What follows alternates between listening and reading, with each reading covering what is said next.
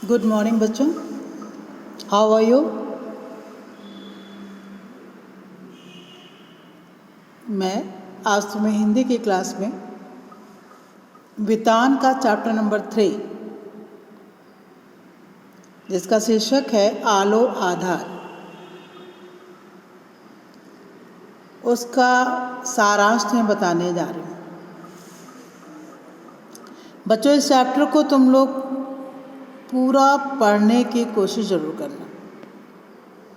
अभी तुम लोग घर में हो, स्टोरी पढ़ना, इंटरेस्टिंग स्टोरी है। और ये देखना कि कैसे व्यक्ति अगर चाहे तो जो कहा जाता है ना कि नथिंग इज़ इम्पॉसिबल, तो इस आत्मकथा में बेबी हालदार जिसने लिखा है इसे, उसने साबित कर दिया है कि जहाँ चाह है वहाँ राह है। बहुत बार हम ये कह के अपने आप को बचाने की कोशिश करते हैं कि हमें मौका नहीं मिल पाया, अरे समय नहीं है, हम करना तो बहुत कुछ चाहते हैं। लेकिन बेबी हालदार जो एक घरेलू नौकरानी थी, झाड़ू पोछा बर्तन खाना बनाते हुए भी उसने कैसे तातुश जिनके घर वो काम करती थी उनकी प्रेरणा से अपनी छूटी हुई पढ़ाई, क्लास 7 तक वो पढ़ी लिखी थी, पढ़ाई छूटने के बावजूद भी उसने, जब उससे कहा गया कि तुम अपनी आत्मकथा लिखो, तो उसने इतनी खूबसूरती से उसे लिखा कि गिनीज बुक में भी इसका नाम दर्ज है। तो बच्चों, अगर कोई चाहे तो ज़िंदगी में जब भी उसे अवसर मिले तो वो उसे पूरा कर सकता है। ज़रूरत इस बात की है कि आप चाहते क्या हैं। आलो आधार ये जो शीर्षक है बच्चों, ये बंगला में है, और जो उसने आत्मकथा लिखी थी वो बंगला भाषा में ही लिखी थी। आधारी अंधेरा, आलो आधारी अंधेरे से प्रकाश की। संस्कृत में भी तुम लोगों ने श्लोक पढ़ा होगा, तमसो माँ ज्योतिर्गमे, माँ तमसो ज्योतिर्गमे, माँ मुझे तम अंधकार से प्रकाश की ओर ले जाओ। तो इसने कैसे विपरीत परिस्थितियों में, जहाँ उसे बच्चों की देखभाल करनी है, सिंगल पेरेंट के रूप में, पति साथ नहीं है, माँ बाप भाई बहन साथ देने वाले नहीं हैं, लेकिन फिर भी उन विपरीत परिस्थितियों में कैसे परिस्थितियों का बहाना लेकर के उसने अपनी अभिव्यक्ति का माध्यम, जो उसे लिखना थोड़ा ज़रूर आता था लेकिन लिखने का शौक़ बहुत था, कैसे उसने पूरा किया, ये वास्तव में एक प्रेरणादायक रचना है। इसमें बेबी हालदार जो इसकी राइटर है, लेखिका है, पारिवारिक नौकरानी होते हुए भी उसने अपनी लेखन प्रतिभा का परिचय दिया है। उसके इस रचना में उसके जीवन के संघर्षों का वर्णन है। पाठ की समरी मैं तुम्हें बताने जा रही हूँ, ध्यान से सुनना और चैप्टर की रीडिंग ज़रूर एक बार करना। इस पाठ के जो ये आत्मकथा है, उसकी जो लेखिका है उसका नाम है बेबी हालदार। वो अपने पति से अलग अपने 2 छोटे बच्चों के साथ किराए के मकान में रहती थी। बिना किसी सहारे के अपना व बच्चों का पालन पोषण करना उसकी चिंता का कारण था। हमेशा वो काम की खोज में रहती थी, और जो कोई मिल जाता था तो उससे कहती थी कि अगर कोई काम मिले तो मुझे बताना। और जब वो लौट आती थी तो आसपास के लोग पूछते भी थे कि काम मिला या नहीं मिला, और जब बताती थी आज भी नहीं मिल पाया तो लोग सांत्वना देते थे कि कोई बात नहीं, धैर्य रखो, काम मिल जाएगा। बेबी हालदार की जान पहचान सुनील नाम के एक युवक से थी। तो एक दिन सुनील ने उसको एक मकान मालिक से मिलाया। मकान मालिक बड़े ही अच्छे आदमी थे। उन्होंने लेखिका यानी बेबी हालदार को अपने घर काम पे रख लिया और बताया कि 800 रुपये महीना वो उसे देंगे, और काम भी बता दिया कि घर की साफ़ सफाई करना है और खाना बनाना है। उन्होंने भी कहा कि जो काम पहले करती थी उसको हटा दिया गया है। और जिस दिन ये उनके घर पे काम के बारे में पूछने जा रही थी, उस दिन अंदर से बड़बड़ाती हुई वो पुरानी जो नौकरानी थी वो निकल रही थी। तो समझ गई थी कि इसका काम आज मैंने ले लिया है तो ये बहुत नाराज़ है, लेकिन काम तो करना ही था। उसने बहुत बुरा भला कहा था पहली वाली नौकरानी ने, लेकिन जो मकान मालिक थे उन्होंने बेबी हालदार को ही अपने यहाँ रखा। ये रोज़ घर सवेरे आती, दोपहर तक सारा काम ख़त्म करती और फिर चली जाती। घर जाती, बच्चों को नहलाती खिलाती। बच्चों की परवरिश की उसे बहुत चिंता थी। पैसे कम थे, इतने पैसे में कैसे काम चलेगा। पहले मकान में जहाँ वो रहती थी उसका किराया ज़्यादा था, तो उसने दूसरा मकान ढूंढ लिया। मकान तो मिल गया कम पैसे पे, लेकिन वहाँ सुविधाएं बहुत कम थी। सबसे बड़ी प्रॉब्लम थी कि वहाँ पे कोई बाथरूम नहीं था। अभी ये बच्चों देखो, बहुत से ऐसे क्षेत्र हैं जहाँ पर घरों में बाथरूम नहीं है। टॉयलेट पर आधारित एक फिल्म आई थी, तो बहुत से लोगों को बड़ा आश्चर्य हुआ होगा कि इस विषय पर फिल्म क्या बनाना।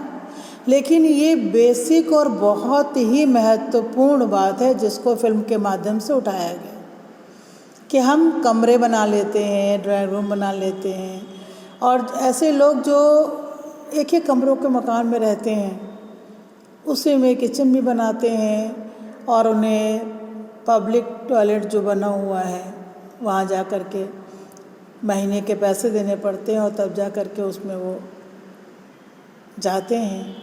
तो ये समस्या आज भी ख़त्म नहीं हुई है, अभी भी है। अभी भी तुम्हें इसी महानगर में ही देख लो जहाँ रहते हो तुम लोग, पीछे घोसियाना का जो क्षेत्र है वहाँ देखो, बहुत से ऐसे मकान मिल जाएंगे, 2-2 कमरों के मकान में लोग रह रहे हैं अपने परिवार के साथ, लेकिन वॉशरूम की सुविधा नहीं है। तो बेबी हालदार के यहाँ भी नहीं थी। ये उसे बहुत ख़राब लगता था कि इसके लिए उसे बाहर जाना पड़ता था, और साथ ही आसपास के लोगों का व्यवहार भी ज़्यादा अच्छा नहीं था। और हमारी जो सोसाइटी की मेंटलिटी है कि अगर कोई एक विवाहित महिला शादी हो जाने के बाद अपने पति को छोड़कर बच्चों के साथ रह रही है, तो लोग उसके कैरेक्टर पर शक करते हैं कि क्यों पति ने छोड़ दिया, इसने भी पति को छोड़ा होगा। ये नहीं सोचता कोई, पति ने इसे छोड़ दिया कह के लोग उसके बारे में तरह तरह की बातें करते हैं। लेकिन फिर भी बेबी हालदार इन सब बातों पे कोई ध्यान नहीं देती थी। वो चाहती थी कि कोई और काम मिल जाए तो घर का खर्च निकल आए। और उसने अपने मकान मालिक से कहा भी कि कोई और आपको निगाह में हो जहाँ पर मैं ये झाड़ू पोछा बर्तन खाने का काम कर सकूँ तो मुझे बता दीजिएगा। मकान मालिक जो थे तातुश, वो बहुत अच्छे थे। वो खुद पढ़े लिखे रिटायर्ड व्यक्ति थे, उनका नाम तातुश था। वो इसका बहुत ध्यान रखते थे और कहते थे कि तुम तो बहुत मेहनत करती हो।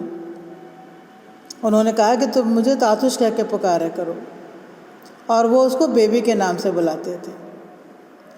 तातुश के परिवार वाले बेबी का बहुत ध्यान रखते थे। एक दिन बेबी हालदार, तातुश रिटायर्ड टीचर थे, उनके घर में लाइब्रेरी बनी हुई थी, तो उनकी किताबों को साफ कर रही थी, तो एक किताब को उलट पलट के देख रही थी। अचानक तातुश जी पहुंच गए, तो उसने पूछा क्या तुमको पढ़ने लिखने का शौक़ है? तो उसने बताया कि 7th तक की उसकी पढ़ाई शुरू हुई थी, लेकिन बीच में ही छूट गई थी। और जब तातुश ने उससे कुछ लेखकों के नाम पूछे तो उसने कुछ बंगला लेखकों के नाम भी बताए। तो तातुश को लगा कि ये जो है पढ़ने लिखने वाली लड़की है, अगर इसे मौका मिले तो ये कुछ अच्छा काम कर सकती है। एक दिन तातुश ने उसे कॉपी और पेन दे के कहा कि जब समय मिले कुछ लिखना।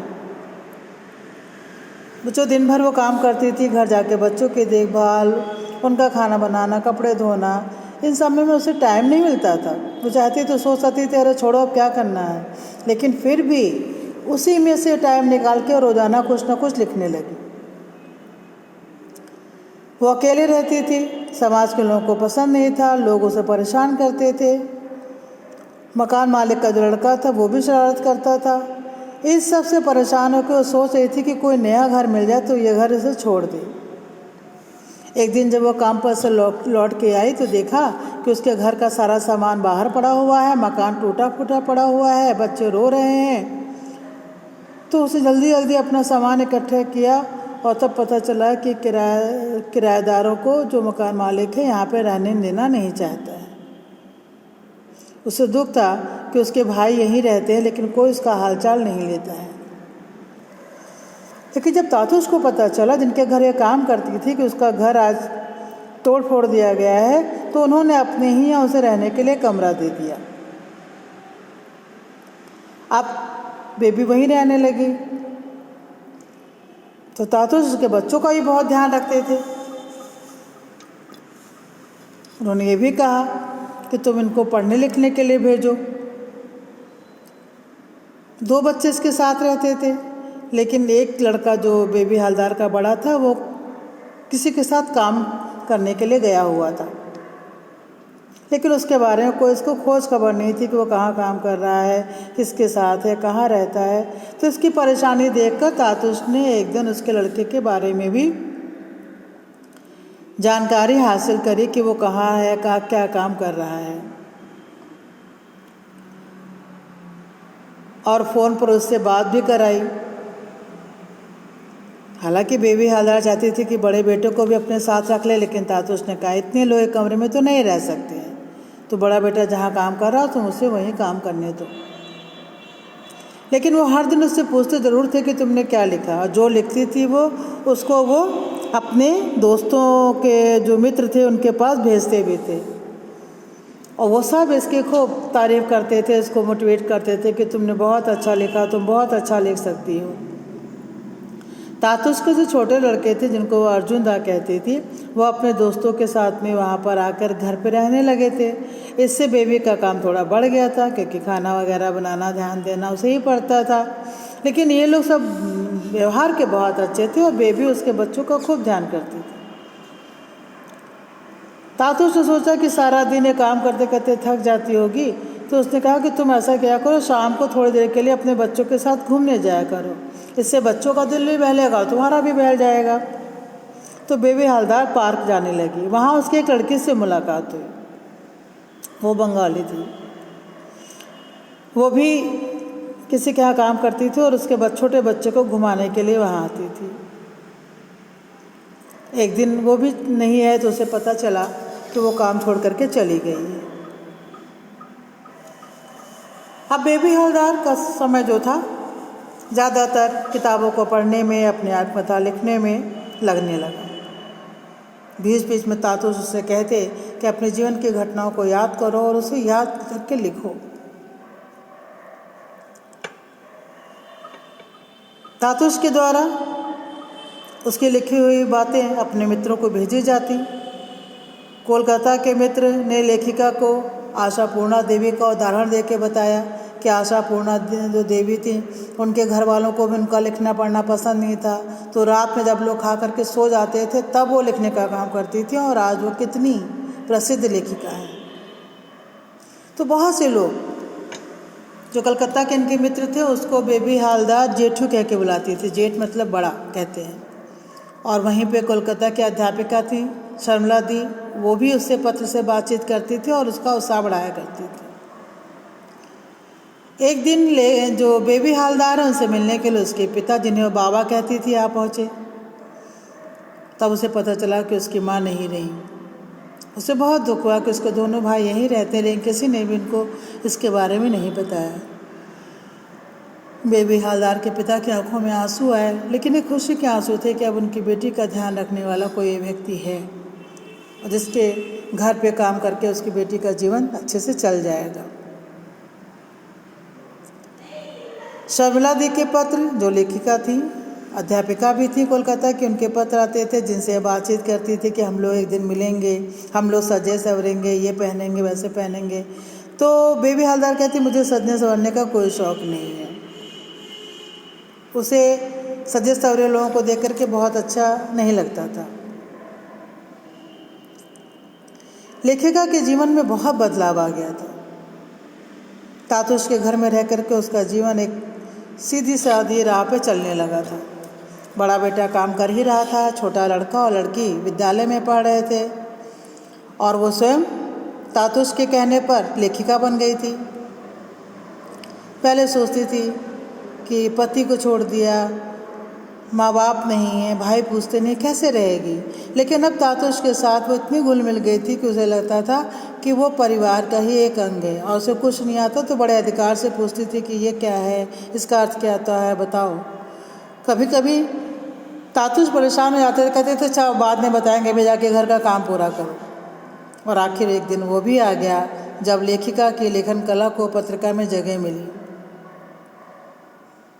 लेखिका की जो रचना थी पत्रिका में छपी हुई थी और उसका शीर्षक था आलो आधारी, अंधेरे से उजाले की ओर, और उसके राइटर की जगह नाम लिखा हुआ था बेबी हालदार। लेखिका बहुत पसंद थी, सारा काम धाम छोड़कर सबको अपनी रचना दिखा रही थी। उसका मन तातुश के प्रति कृतज्ञता से भर गया। उसने तातुश के पैर छुए और उनका आशीर्वाद दिया, और तब तातुश ने कहा जाओ अपने किताब अपने बच्चों को दिखाओ। उसके बच्चे अक्सर उसे पूछते थे माँ तुम पढ़ी लिखी हो, तुम्हें यह आता है, तुम्हें कुछ कविताएं आती हैं। आज उसे बहुत खुशी हो रही थी जब अपने बच्चों को उसने किताब दी और बच्चे उस किताब को पलटने लगे, और जब उन्होंने पहले पेज पर देखा कहा माँ ये तो तुम्हारा नाम लिखा हुआ है। और तब उन्हें पता चला कि उनकी माँ ने अपनी आत्मकथा कितनी सुंदर तरीके से लिखी हुई है। और बेबी हालदार की आंखों से आंसू गिर रहे थे। तो बच्चों, ज़िंदगी में अगर हम चाहें तो कठिन समय में भी रास्ता मिल सकता है। और सबसे ज़रूरी है कि अगर कोई आपको प्रेरणा देने वाला मिल गया है तो उसकी बात को सुनिए ज़रूर, समझिए ज़रूर। कभी कभी हम अपने आप को नहीं पहचान पाते हैं, लेकिन दूसरे व्यक्ति हमारी अच्छाइयों को बताते हैं नहीं तुम ऐसा कर सकते हो या कर सकते हो, तो ज़रूर वैसा करने की कोशिश करनी चाहिए। और ये प्रयत्न बेबी हालदार का साबित करता है कि अगर हम चाहें तो हर परिस्थिति को अपने अनुकूल ढालने की कोशिश कर सकते हैं।